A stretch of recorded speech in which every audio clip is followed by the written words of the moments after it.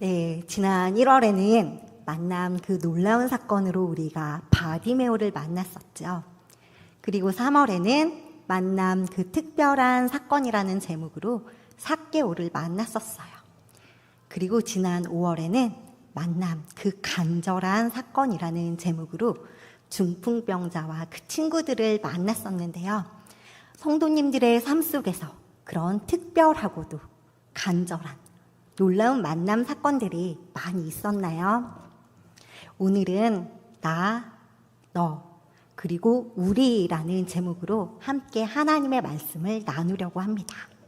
말씀을 나누기에 앞서서 조금 전에 담임 목사님께서도 말씀해 주셨듯이 지난주에 우리 유아유치부 여름 성경학교를 아주 은혜 가운데 정말 하나님께서 부어주시는 커다란 은혜 가운데 잘 마무리를 했는데요. 하나님께서 부어주신 그 은혜에는 우리 성도님들의 기도의 능력과 정말 기도의 응답이 아니었나 생각이 되어집니다. 매 주일마다 또 각자의 자리에서 우리 다음 세대의 여름 사역을 위해서 함께 기도해 주시고 또 그 일을 위해 마음 모아주시고 함께 물질로 또는 섬김으로 같이 섬겨주셔서 모든 여수 성동교회 섬김의 손길로 인하여서 하나님의 아름다운 일들이 저희 부서 가운데 그리고 우리 부서뿐만 아니라 아동부와 청소년부에 이르기까지 모든 다음 세대의 여름 사역 가운데 놀라운 은혜가 끼쳤음을 우리가 다 믿음으로 선포하고 고백하는 놀라운 시간이었습니다. 먼저 설교에 앞서서 감사하다고 말씀을 드리고요. 이 여름 사역은 끝났지만 우리 아이들은 하나님 말씀 안에서 계속적으로 지속적으로 자라나고 있으니 기도의 끈을 놓치지 말고 계속적으로 기도해 주시면 좋을 것 같습니다. 그들이 여수 성동교회의 미래입니다. 네, 오늘은 나, 너, 그리고 우리라는 제목으로 함께 말씀을 나누려고 하는데요.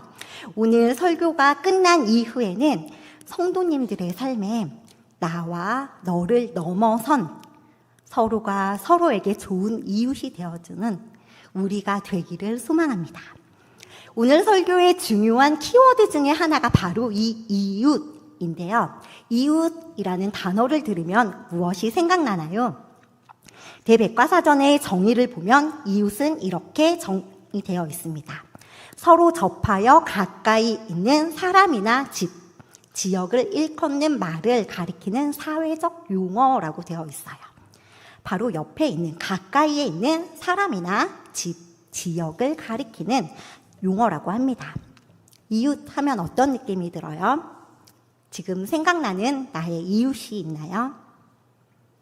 오늘 함께 우리가 읽은 그 말씀은 우리에게 매우 익숙한 말씀입니다. 하지만 오늘 본문의 말씀을 통하여 예수님께서는 이웃을 어떻게 바라보고 계시며 이웃에 대해 무엇이라고 말씀하시는지 함께 말씀을 읽으면서 잠시 묵상하는 시간을 가지려고 합니다. 오늘 함께 읽은 본문에는 예수님과 한 율법학자가 나옵니다. 이 율법학자가 어떤 사람인지 구체적으로 명시되어 있지는 않지만 예수님과 그 율법교사가 어떤 이야기를 나눴는지 한 절 한 절 말씀을 짚어가면서 우리의 삶을 말씀 앞에서 조명해 보고자 합니다. 어떤 율법교사가 예수님께 질문을 합니다.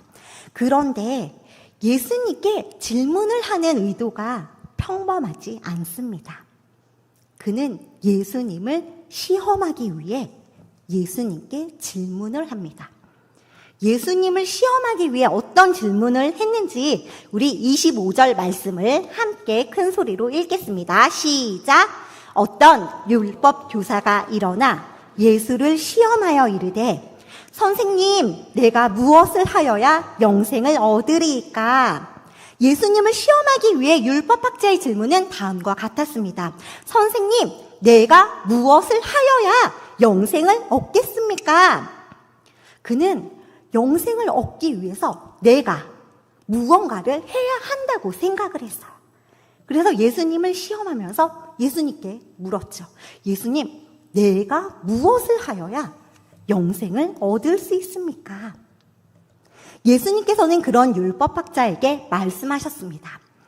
율법에 무엇이라 기록되어 있으며 내가 어떻게 읽느냐? 예수님께서는 그 율법 교사에게 바로 당장 정답을 이야기해 주신 것이 아니라 그가 영생에 대해서 어떻게 이해하고 있는지를 되물었습니다. 그 율법 교사는 예수님께 바로 대답했습니다. 우리 함께 27절 말씀 읽겠습니다. 시작. 대답하여 이르되 내 마음을 다하며 목숨을 다하며 힘을 다하며 뜻을 다하여 주 너희 하나님을 사랑하고 또한 내 이웃을 내 자신과 같이 사랑하라 하였나이다. 아멘. 그는 예수님께 대답했습니다. 말씀에 내 마음을 다하며 목숨을 다하며 힘을 다하며 뜻을 다하여 주 너희 하나님을 사랑하고 또한 내 이웃을 내 몸과 같이 사랑하라. 그렇게 기록되어져 있다라고 예수님께 대답을 했습니다.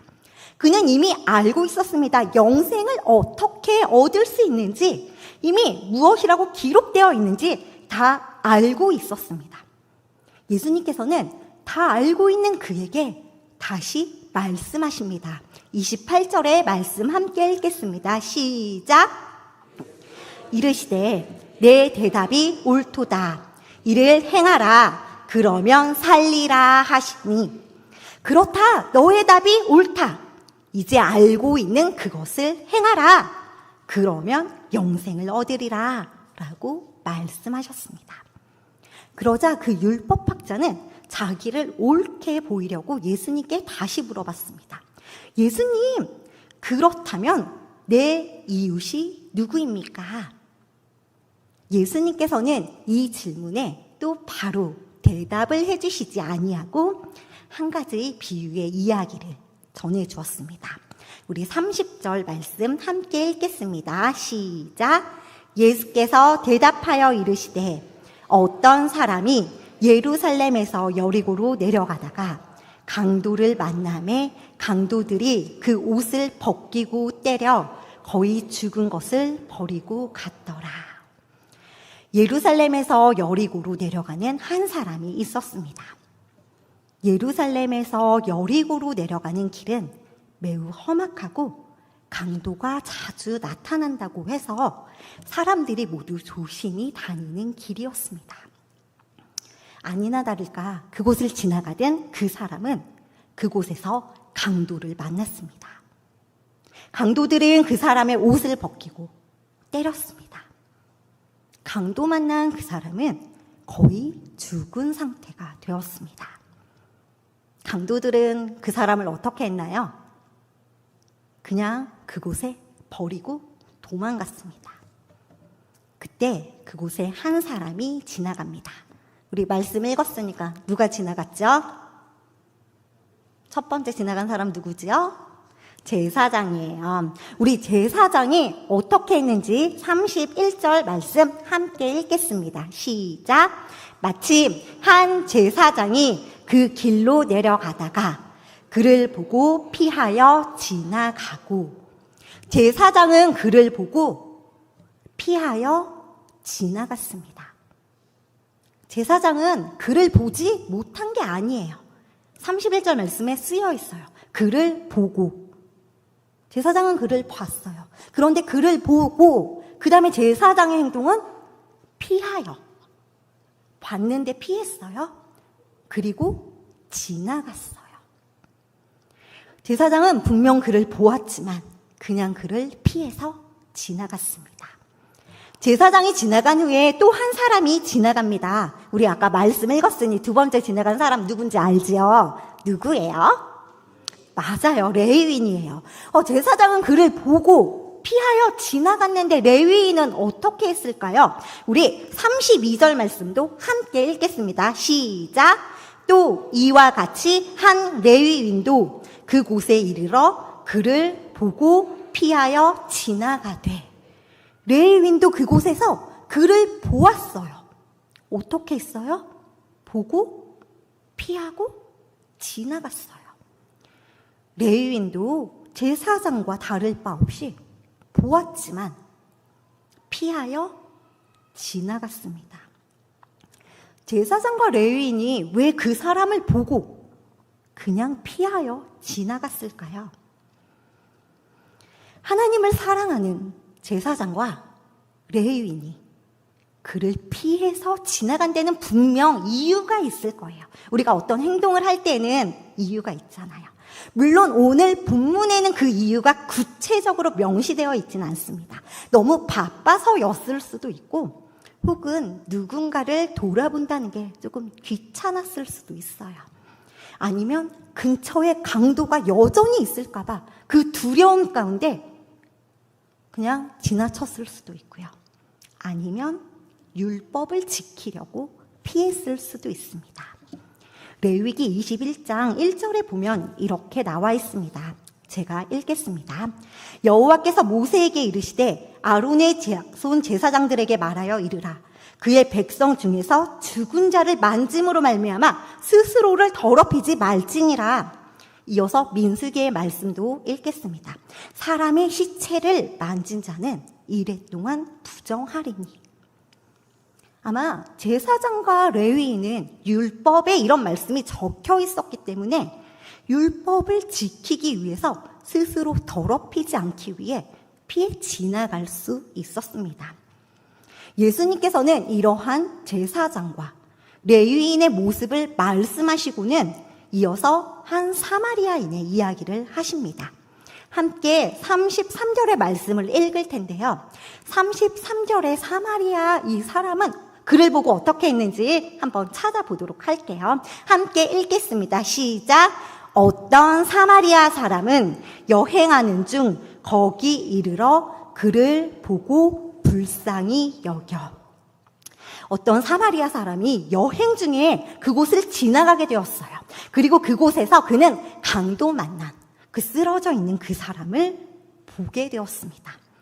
제사장과 레위인은 그를 보고 피하여 지나갔지만 사마리아 사람은 그를 보고 어떻게 했대요? 우리가 말씀을 읽었죠.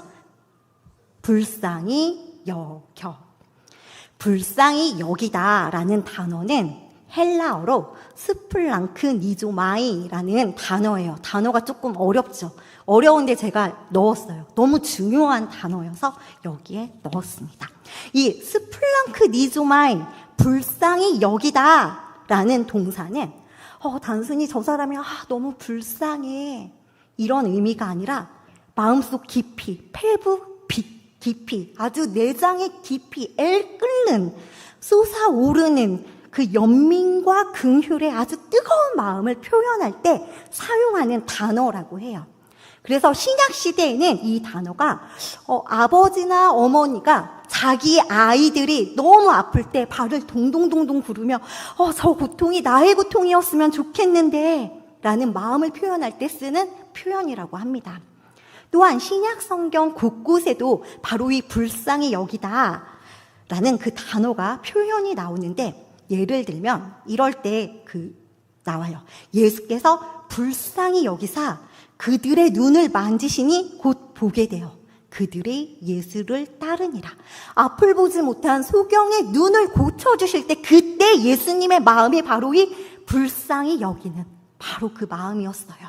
또 이럴 때 예수께서 나오사 큰 무리를 보시고 그 목자 없는 양 같음으로 인해서 불쌍히 여기사 이에 여러 가지로 가르치시더라. 예수님께 나오는 그 많은 사람들을 보시고 예수님께서 가지셨던 마음이 불쌍히 여기는 마음이었어요.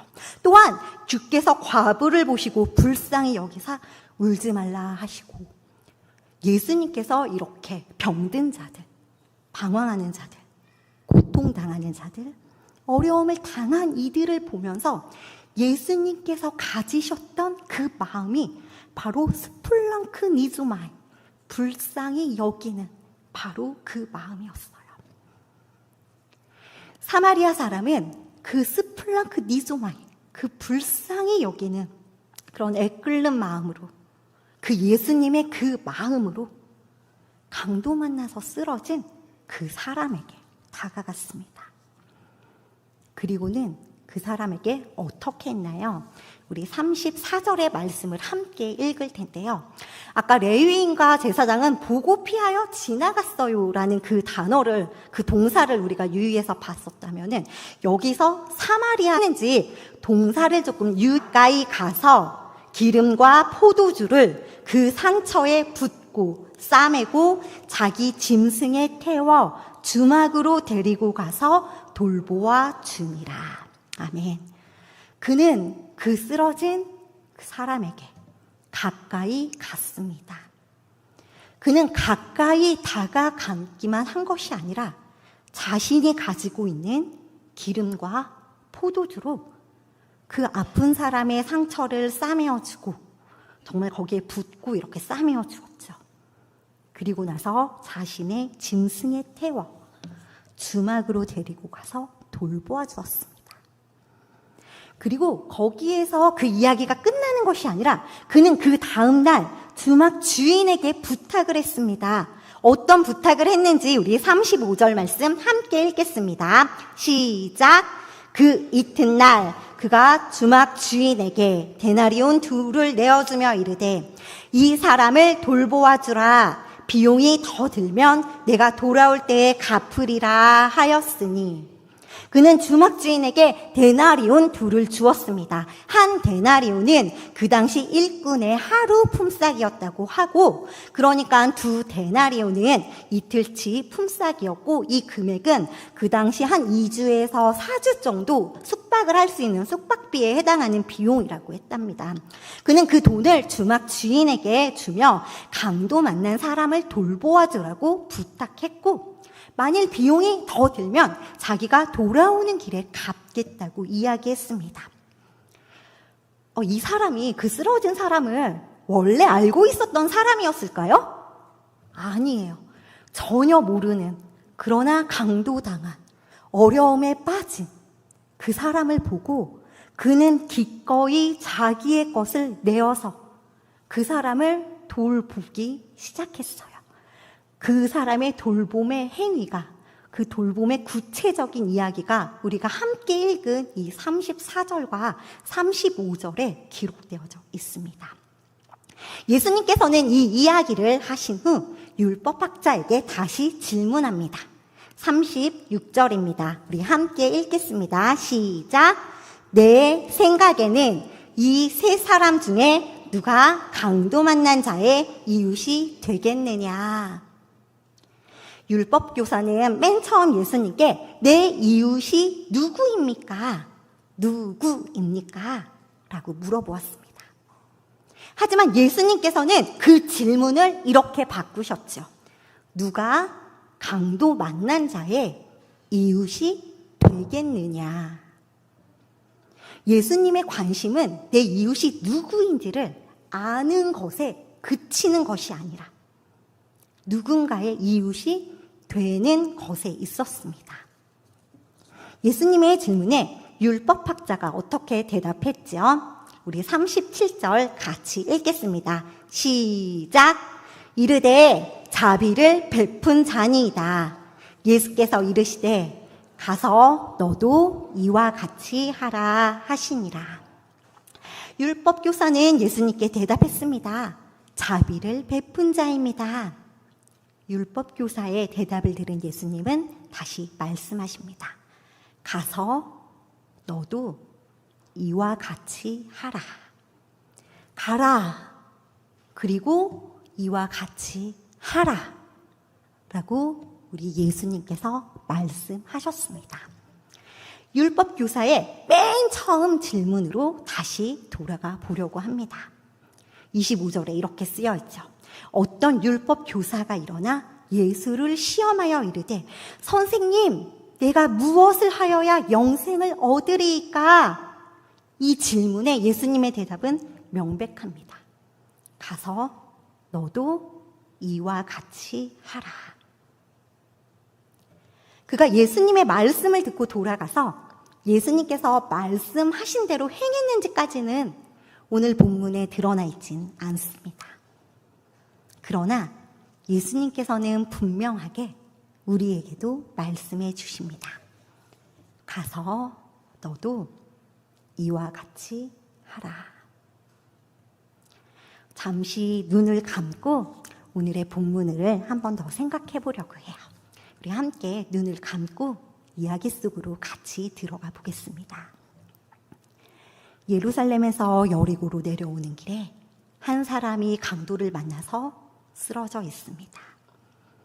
그 사람은 거의 죽게 되어서 온통 몸에 피투성이며 피를 흘리고 있습니다. 그때 한 사람이 지나갑니다. 제사장입니다. 그곳을 지나가던 제사장은 그 사람을 보고 피해 지나갔습니다. 또 다른 한 사람이 지나갑니다. 레위인입니다. 레위인도 그 사람을 그냥 보고 피해 지나갔습니다. 그리고 이제 또 다른 한 사람이 그 앞을 지나갑니다. 바로 지금 이곳에 앉아있는 내가 피투성이가 된 그를, 거의 죽게 된 그 앞을 지나가고 있습니다. 나는 그 사람을 어떤 마음으로 보고 있나요? 그 사람 앞에서 나의 모습은 어떠한가요?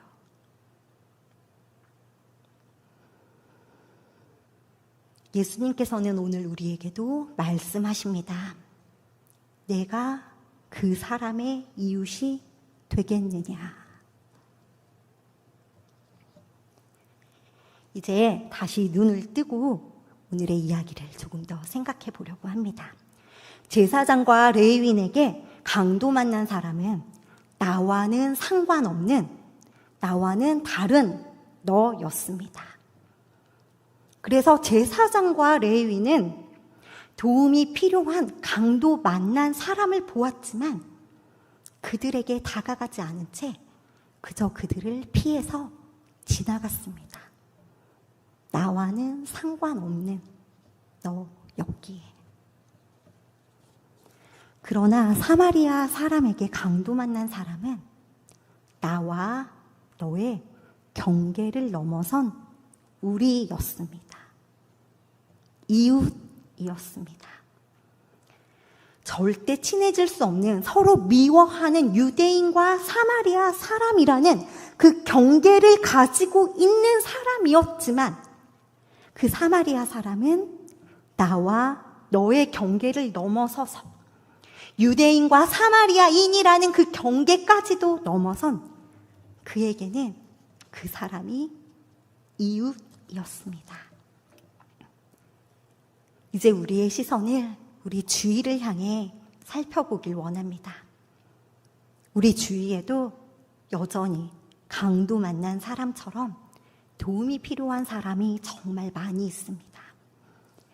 육체적인 도움이 필요한 사람도 있고, 영적인 도움이 필요한 사람도 있고, 정서적인 도움이 필요한 사람도 있고, 물질적인 도움이 필요한 사람도 있습니다. 특별히 이번에 비가 정말 많이 내려서 비로 인해서 삶의 터전을 잃어버린 사람들도 있고, 소중한 가족을 잃어버린 사람들도 있습니다. 또 예기치 못한 상황 속에서 여전히 오늘도 울음을 삼키며 살아가고 있는 사람들이 있습니다. 이런 사람들이 먼 뉴스 속에서만 나오는 사람이 아니라 어쩌면 바로 내가 살고 있는, 바로 나의 가까이에서 이런저런 다양한 이유로 신음하고 있는 그런 강도 만난 사람과 같은 사람들이 바로 우리 옆에 있습니다. 그들에게 우리는 어떤 존재인가요? 제사장과 레위인처럼 나와는 상관없는, 나와 다른 너, 그 사람들의 일인가요? 우리는 우리 주위에 아파하고 있는, 신음하고 있는 그 사람들에게 어떻게 다가가야 할까요? 사마리아 사람이 강도 만난 사람을 보고 불쌍히 여겨 그에게 다가간 그 애끓는 마음으로 기꺼이 그의 이웃이 되어준 것처럼 우리도 나와 너의 그 경계를 넘어서서 그들의 이웃이 되어 우리가 되어 가서 너도 이와 같이 하라 라고 말씀하신 그 예수님의 말씀에 순종하며 살아가는 우리 모든 여수 성동교회 성도님들이 되기를 소망합니다. 또한 이곳에 앉아있는 여수 성동교회 성도님들 모두가 나와 너의 그 경계를 넘어선 우리가 되어 서로가 서로에게 예수님께서 말씀하신 이웃이 되어 이웃으로 살아갈 수 있기를 소망합니다. 그래서 우리 이 시간에 옆에 있는 분을 보고 이렇게 함께 이야기해 볼까요? 내가 당신의 이웃입니다. 시작. 내가 당신의 이웃입니다. 우리 또 다른 분에게 한 번 더 이야기해 볼까요? 시작. 내가 당신의 이웃입니다. 우리 이번에는 이렇게 이야기할게요. 항상 함께 할게요. 시작. 항상 함께 할게요. 자, 또 다른 분에게도 한 번 더 시작. 항상 함께 할게요. 우리 여수 성동교회 모든 성도님들이 이렇게 나와 다른 너가 아닌 나와 너의 그 경계를 넘어 우리가 되어 정말 하나님의 그 사랑 안에서 그 사랑을 실천하며 나아갈 수 있는 우리 모든 여수 성동교회 성도님들이 되기를 소망합니다. 그리하여 우리를 통하여서 이 땅 가운데 이루어 가실 그 하나님의 일들을 우리가 이루어가는 우리 모두가 되어지길 소망합니다. 어쩌면 우리 주위에 여전히 율법 교사처럼 내가 무엇을 하여야 영생을 얻겠습니까? 라고 질문하는 사람들이 있을 테고 또 나의 이웃은 누구입니까? 라고 질문하는 사람들이 분명 있을 거예요. 그런 사람들에게 그것은 그거야 라고 이야기하는 것이 아니라 기꺼이 이웃이 되어주는 이웃으로 살아가는 삶을 보여주며 함께 그 삶을 살아가는 저희 모두가 되어지기를 소망합니다. 그리하여 이웃이 되고 이웃으로 살아가는 그 삶을 통하여서 정말 이 땅 가운데 그 하나님의 나라가 이루어지는 그 놀라운 역사가 우리를 통해서 이 여수 지역에 또 대한민국에 정말 열방에 정말 펼쳐 나아가기를 소망하는 마음으로 말씀을 맺겠습니다.